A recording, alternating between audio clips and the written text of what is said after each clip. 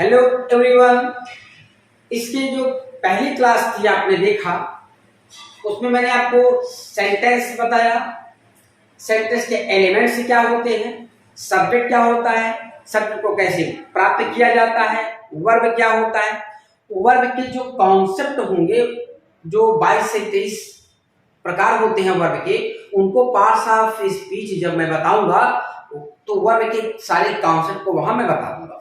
Object क्या होता है, कितने प्रकार के होते हैं, ये सारा कॉन्सेप्ट बताया।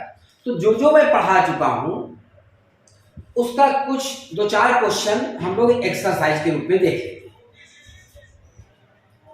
तो देखिए क्या है, the horse jumped the fence. तो अब क्या है कि in the mentioned sentence the noun fence is, यहां जो फेंस है वो है क्या, लोकेटिव ऑब्जेक्ट है या कॉग्निटिव ऑब्जेक्ट है, रिजल्टेंट ऑब्जेक्ट है या इंस्ट्रूमेंटल ऑब्जेक्ट है। तो ये क्या है, आपका लोकेटिव ऑब्जेक्ट है। लोकेटिव ऑब्जेक्ट का कॉन्सेप्ट मैंने क्या बताया था कि कुछ वर्ब ऐसे हैं, जैसे जंप है, लीप है, ठीक है ना, आपका स्विम है। तो ये ऐसे वर्ब हैं जब बिना प्रीपोजिशन के आते हैं तो ये क्या हो जाते हैं, आपके ट्रांजिटिव वर्ब हो जाते हैं। तो अब यहां जंप क्या है, आपका ट्रांजिटिव वर्ब है, और डायरेक्ट क्या गया, ये क्या है आपका डायरेक्ट ऑब्जेक्ट है। और डायरेक्ट ऑब्जेक्ट को मैंने क्या बताया कि 5 प्रकार होते तो खैर 6 होते हैं, लेकिन एक गिना नहीं जाता है, मतलब वो एग्जाम में कभी पूछेगा ही नहीं। शायद इनमें से भी लोकेटिव पूछ सकता है, कॉग्निटिव पूछ सकता है। तो अब क्या है कि जब प्रीपोजिशन नहीं होता है तो ये क्या होते हैं, आपके लोकेटिव ऑब्जेक्ट होते हैं। जैसे एग्जांपल मैंने आपको बताया था कि ही क्लाइंब्ड अप द ट्री, वह पेड़ पर चढ़ गया। और अगर हम यहां प्रीपोजिशन को हटा दें, सिर्फ क्या लिख दें, द ट्री, तो ध्यान रखिएगा ही क्लाइंब्ड द ट्री।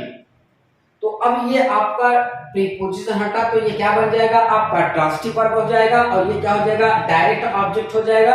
और इसको क्या कहा जाएगा, फिर आपका लोकेटिव ऑब्जेक्ट कहा जाएगा। और ये प्रीपोजिशन लगा तो प्रीपोजिशन प्लस नाउन मिल करके क्या बन जाएंगे, आपके फ्रेज बन जाएंगे, प्रीपोजिशनल फ्रेज। और यहां इसका फंक्शन होगा एडवर्ब ऑफ प्लेस का कॉन्सेप्ट होगा। तो अब ये क्या हो जाएगा, क्लाइंब, ये हो जाएगा इंट्रांजिटिव वर्ब हो जाएगा, क्योंकि यहां प्रीपोजिशन है। उसी प्रकार अगर यही सेंटेंस ये हो जाए कि दी हॉर्स, यहां लिख दें, the horse jumped over the fence, तब यहां ये क्या हो जाएगा, ये आपका इंट्रांजिटिव वर्ब हो जाएगा। और ये क्या हो जाएगा, प्रीपोजिशन प्लस नाउन मिलकर के क्या बन जाएंगे, फ्रेज बन जाएंगे, प्रीपोजिशनल फ्रेज। और ध्यान रखिएगा प्रीपोजिशनल फ्रेज अकेले सोचिए कि एडवर्ब ही बनता है, नहीं, नाउन फ्रेज भी बनेगा, एडजेक्टिव फ्रेज भी बनेगा और एडवर्ब फ्रेज भी बनेगा, ठीक है ना। तो ये कॉन्सेप्ट रहेगा। आगे देखते हैं आपका, the horse jumped the fence. अभी मैंने आपको बताया in the mentioned sentence the jumped is transitive verb है या इंट्रांजिटिव वर्ब है, डायरेक्ट ट्रांजिटिव वर्ब है या मोनो ट्रांजिटिव वर्ब है। तो अभी इसके पहले क्वेश्चन में बता दिया ये क्या है, आपका ट्रांजिटिव वर्ब है। अगर प्रीपोजिशन लग जाएगा तब ये क्या हो जाएगा, आपका इंट्रांजिटिव वर्ब हो जाएगा। नेक्स्ट क्वेश्चन देखिए, Bhishma Pitamah died a miserable death. Bhishma Pitamah एक दयनीय मौत मरे। तो अब ध्यान रखिएगा, जब जो ऑब्जेक्ट होता है, क्या होता है ऑब्जेक्ट, अगर वो अपने वर्ब का समानार्थी होता है, सिनोनिमस होता है, तो वो क्या होता है आपका, उसी को बोलते हैं क्या, कॉग्निटिव ऑब्जेक्ट। क्या बोलते हैं, कॉग्निटिव ऑब्जेक्ट। जैसे कह दिया जाए कि ही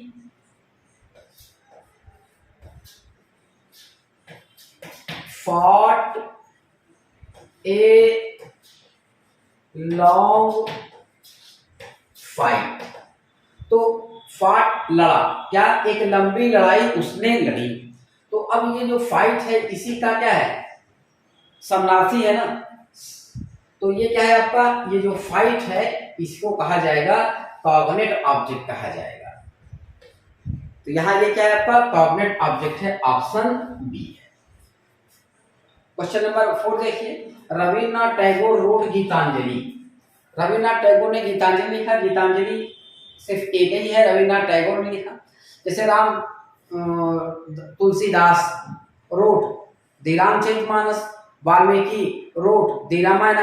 तो अब ये क्या है आपके रिजल्टेंट ऑब्जेक्ट है, क्योंकि ये पार्टिकुलर किसी व्यक्ति के द्वारा है, तो ये क्या कहा जाएगा, रिजल्टेंट ऑब्जेक्ट कहा जाएगा।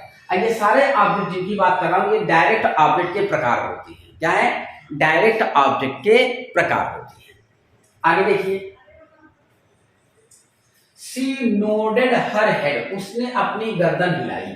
तो ये क्या है आपका इंस्ट्रूमेंटल ऑब्जेक्ट है। क्या है आपका इंस्ट्रूमेंटल ऑब्जेक्ट है। तो अब इसको बताता हूं क्या है। जैसे उसने हिलाया, क्या हिलाया, अपना गर्दन।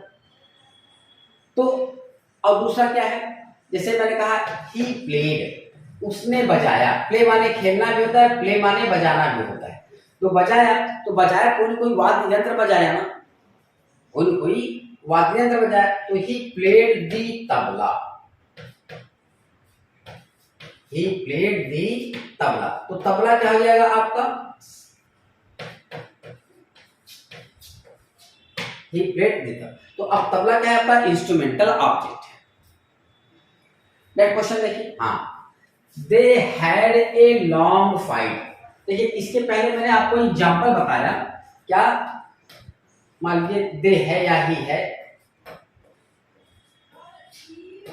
फॉट ए लॉन्ग फाइट, उन्होंने एक लंबी लड़ाई लड़ी। तो यहाँ फाइट क्या है आपका कॉग्निट ऑब्जेक्ट है। क्या है, कॉग्निट ऑब्जेक्ट है। अब इसी वर्ब को अगर मतलब फ्रेज के कॉन्सेप्ट में रखा जाए कि they had a long fight, तो इसे क्या कहा जाएगा, ये फ्रेज के कॉन्सेप्ट में आया इवेंटिव ऑब्जेक्ट। जैसे कहा दिया जाए have a headache, have lunch breakfast, इसका प्रयोग करते हैं ना आप लोग। तो वहां क्या हो जाता है, ये फ्रेज की तरह प्रयोग होता है, और उसके साथ जो ऑब्जेक्ट आता है वो क्या होता है आपका इवेंटिव ऑब्जेक्ट होता है। क्या होता है, इवेंटिव ऑब्जेक्ट होता है। अब आगे का देखिए, cognate object is a part of. Cognate object क्या होता है, तो ये डायरेक्ट ऑब्जेक्ट का एक पार्ट होता है, क्योंकि डायरेक्ट ऑब्जेक्ट को जब हम डिवाइड करते हैं वर्ब के आधार पर या उसके फंक्शन के आधार पर, तो कितने टाइप बताए थे आपको, 5 प्रकार बताए थे, कहीं कहीं आपको 6 मिलेगा, ठीक है। तो ये क्या है आपका डायरेक्ट ऑब्जेक्ट का पार्ट होता है। नेक्स्ट क्वेश्चन देखिए, विच स्टेटमेंट इज करेक्ट, कौन सा स्टेटमेंट करेक्ट है। तो पहले देखिए, locative object comes after transitive verb. तो अब लोकेटिव ऑब्जेक्ट कब कहा जाता है कि पर्टिकुलर वर्ब के बाद उसका प्रीपोजिशन गायब हो जाता है, तो वो वर्ब क्या होता है आपका ट्रांजिटिव वर्ब हो जाता है, और उसके बाद आने वाला नाउन क्या हो जाता है आपका लोकेटिव ऑब्जेक्ट हो जाता है। तो ये पहला ही आपका सही है। एग्जांपल आप देख लीजिए, वही क्या था, ही द हॉर्स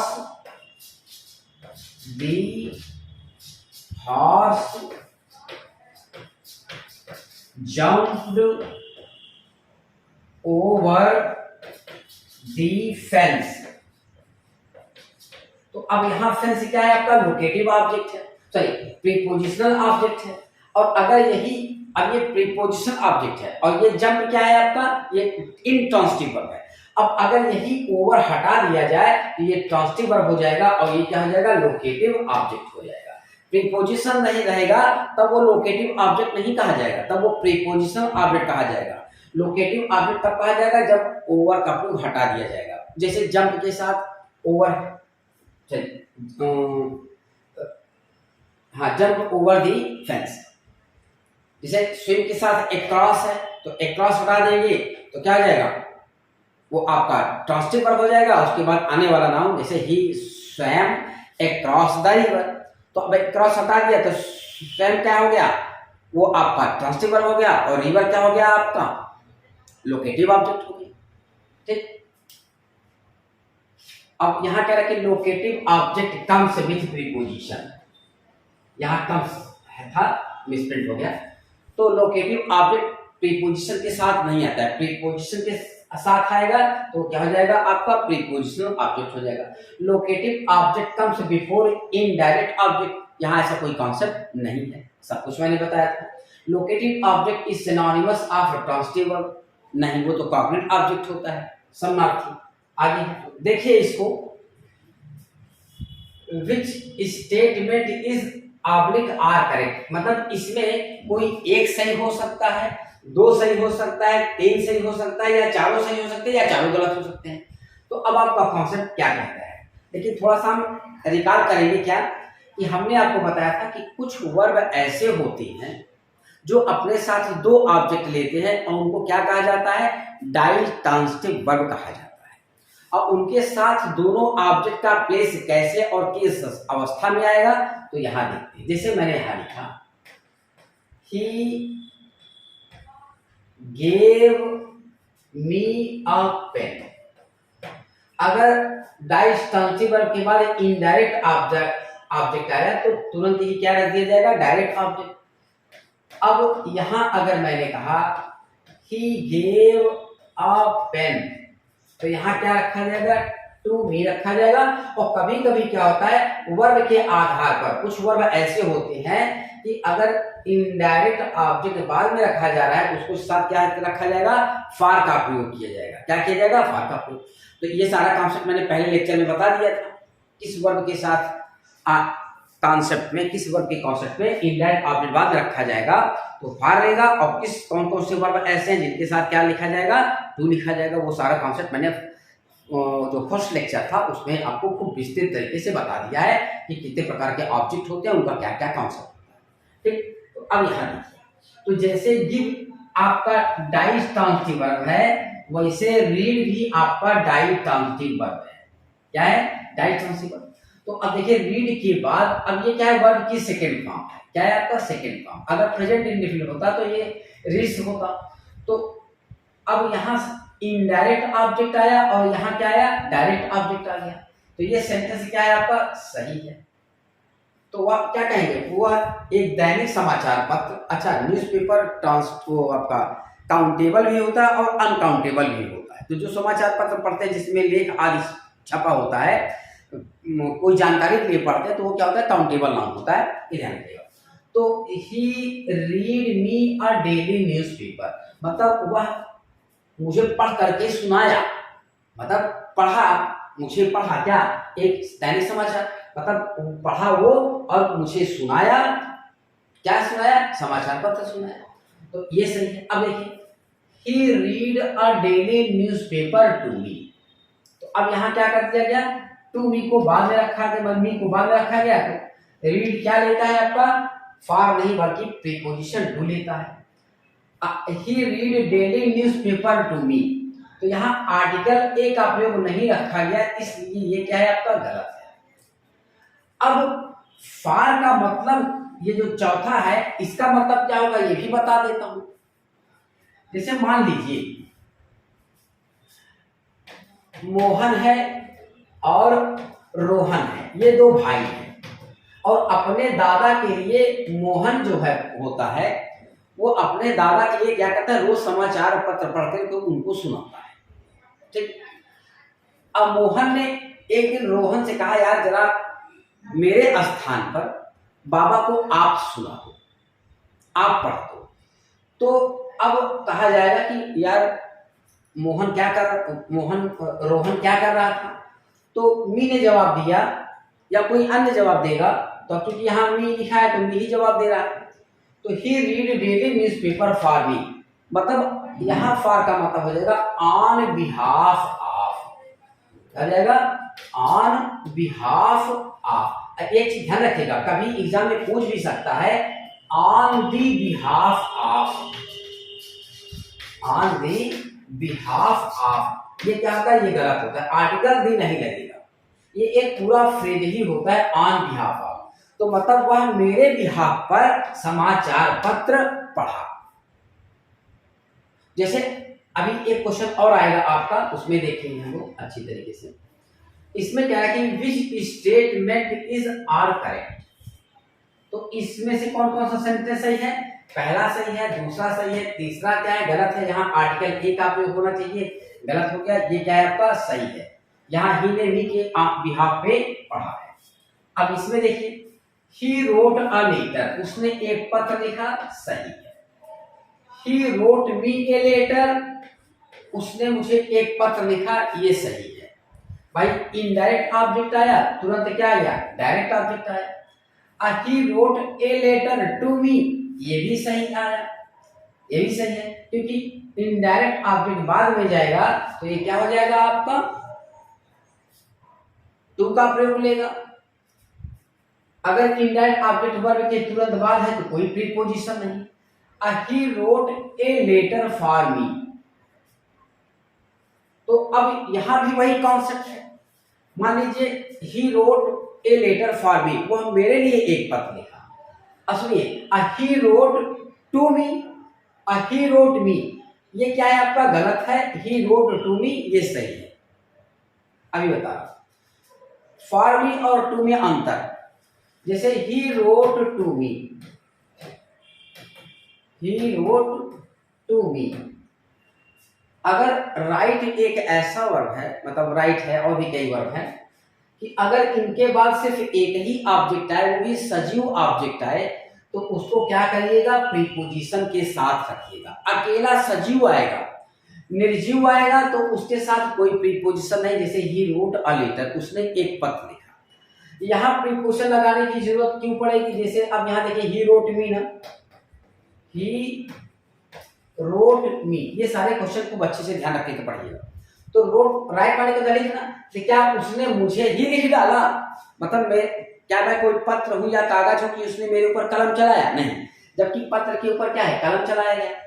तो अब चूंकि सजीव अगर आएगा तो मतलब ही पत्र लिखेगा और ही के पास जाएगा। जैसे ही पत्र लिखेगा और किसके पास जाएगा? मी के पास जाएगा। पर्पस कौन है? मी है। मी के पास पहुंचाना है पत्र, अपनी बातों को संदेश के रूप में पत्र के माध्यम से भेजना है। तो इसको क्या कहते? इसको मिलेगा। तो यहाँ क्या करना पड़ेगा? टू का प्रयोग करना पड़ेगा। तो ये आपका सही है या क्या है? अब गलत। तो निर्जीव ऑब्जेक्ट आएगा तो प्रीपोजिशन क्या आएगा? सजीव आएगा। अकेले सजीव आएगा तो क्या करेगा? बिना प्रीपोजिशन के ये क्या होगा? गलत होगा, जैसे ये। लेकिन अगर सजीव और निर्जीव दोनों आ गया, मतलब डायरेक्ट और इनडायरेक्ट दोनों आ गया, तब इनको क्या करिएगा? देखिए, तब यहाँ टू का प्रयोग नहीं करिएगा कि he wrote to me a letter. अगर वर्ब के तुरंत बाद आया तो कोई प्रीपोजिशन नहीं और डायरेक्ट ऑब्जेक्ट बाद में रखेंगे। और अगर डायरेक्ट ऑब्जेक्ट वर्ब के पहले है तो यहाँ क्या कर दिया जाएगा? प्रीपोजिशन टू का प्रयोग किया जाएगा, जो कॉन्सेप्ट मैंने आपको बताया था। ठीक, अब ये क्यों सही है? ये इसलिए सही है, जैसे अगर ही रोट फॉर मी या he wrote a letter for me, he wrote a letter for me, तो फॉर लगाने पे ये हो जाएगा वही ऑन बिहाफ कि उसने मेरे बिहाफ पर पत्र लिखा। लिखना तो मी चाहता था, लेकिन मान लिया मी के हाथ में चोट लग गई, वो लिखने में क्या है? अक्षम है।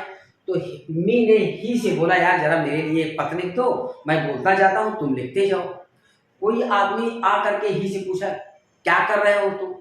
तो इतने में मी बोला कि ही रोट फॉर मी या he wrote a letter for me, उसने मेरे लिए एक पत्र लिखा। अब वो पत्र कहीं दूसरे को जाएगा, तो यहां क्या हो जाएगा? बिहाफ ऑफ, ठीक है ना, ऑन बिहाफ ऑफ। तो ये कॉन्सेप्ट आप करेंगे। अगर बाय द वे नहीं समझ में आएगा तो और कई एग्जांपल लेकर के हम इसको समझाएंगे, लेकिन आप खूब अच्छे से तैयार करिएगा। एक बार नहीं आएगा, 10 बार मुझसे पूछिएगा, 10 बार मुझे व्हाट्सएप मैसेज डालिएगा, 10 बार कॉल करिएगा, अब पूछिएगा जरूर, ठीक है ना। ये मत सोचिएगा कि कैसे पूछे सर, नहीं बताएंगे, नहीं। मैं मतलब रात में सोता रहूँ, अगर खाली रहूँगा तो मैं दिन में फ़ोन उठा लूँगा, नहीं उठाया तो मैं बाद में पलट करके करूँगा आप लोग का, ठीक है। नेक्स्ट क्वेश्चन यहाँ लिखा है, my younger brother left some food to me, my younger brother left some food for me, my younger brother left me some food to my brother left some to me food. तो अब यहां क्या है, कौन सा sentence सही है, कौन सा गलत है? तो कुछ वर्ब ऐसे होते हैं कि अगर वर्ब के तुरंत बाद इनडायरेक्ट ऑब्जेक्ट आया, उसके तुरंत बाद डायरेक्ट ऑब्जेक्ट रख दिया जाएगा। लेकिन अगर इनडायरेक्ट ऑब्जेक्ट को डायरेक्ट ऑब्जेक्ट के बाद रखा जाता है तो प्रीपोजिशन फॉर का प्रयोग किया जाता है। तो उसी क्रम में आप देखेंगे उसमें लीव, लीव माने क्या होता है, छोड़ना, ठीक, तो वो भी आता है। तो यहां देखिए फॉर मी आया है, क्या आया, फॉर मी। यहां टू मी आया है, ये गलत है। तो my younger brother left some food for me, तो ये क्या है आपका सही है। अगर ये ऐसे होता, माई यंगर ब्रदर लेफ्ट मी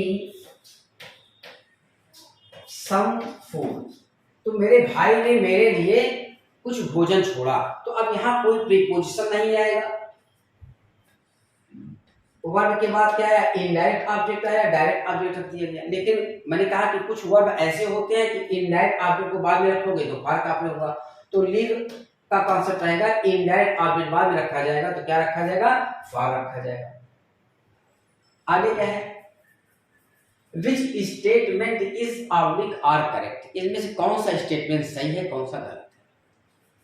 तो एक वर्ब का कॉन्सेप्ट मैंने क्या बताया था कि कुछ वर्ब ऐसे होते हैं जिनके तुरंत बाद सिर्फ सजीव ऑब्जेक्ट आए। क्या है, सजीव, निर्जीव नहीं, सिर्फ सजीव।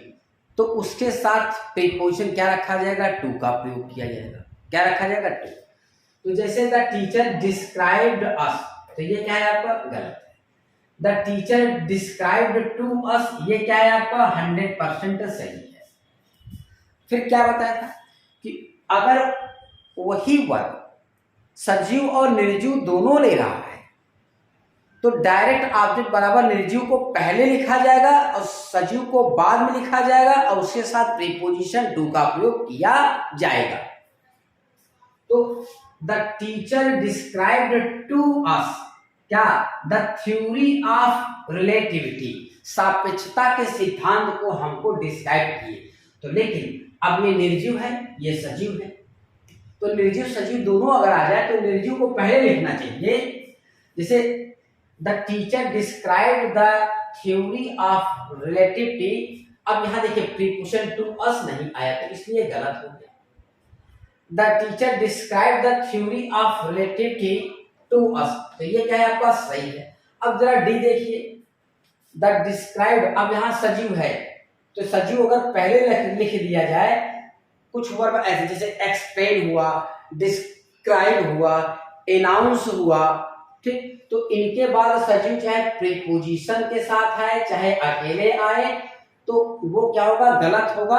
अगर निर्जीव ऑब्जेक्ट डायरेक्ट ऑब्जेक्ट है साथ में तो दोनों ऑब्जेक्ट आने पर डिस्क्राइब हुआ, एक्सप्लेन हुआ, एनाउंस हुआ, तो इनके तुरंत बाद अगर दोनों ऑब्जेक्ट हैं तो निर्जीव को पहले लिखिए, सजीव को बाद में लिखिए, वो भी प्रीपोजिशन टू के साथ। और हाँ, अगर नॉन लिविंग बराबर डायरेक्ट ऑब्जेक्ट नहीं है, केवल सिर्फ क्या है, सजीव ऑब्जेक्ट है, तो उसको रखिए तो लेकिन प्रीपोजिशन के साथ रखिए। जैसे यहाँ अस लिखा है बिना प्रीपोजिशन के, तो ये क्या है आपका, गलत है। तो पहला लेक्चर जो मैंने आपको पढ़ाया है उसको खूब अच्छी तरीके से एक दो बार देख लीजिए। तो ये आपका 12 क्वेश्चन था, ये नंबर गलत हो गया था, ये 12 क्वेश्चन आपने हल कर लिया। अब आगे हम चलेंगे क्या, syllabus, sentence and its structure, sentence और उसका स्ट्रक्चर। तो चूंकि इसलिए पहले बता रहे हैं स्ट्रक्चर, क्योंकि हर एक टेंस में बार बार स्ट्रक्चर लिखाना सही नहीं रहेगा। स्ट्रक्चर हर एक सेंटेंस का सेम होता है बशर्ते वर्ब का कॉन्सेप्ट बदलता है। सब्जेक्ट होता है, वर्ब होता है, फिर ऑब्जेक्ट होता है, ये हर एक टेंस में चलेगा।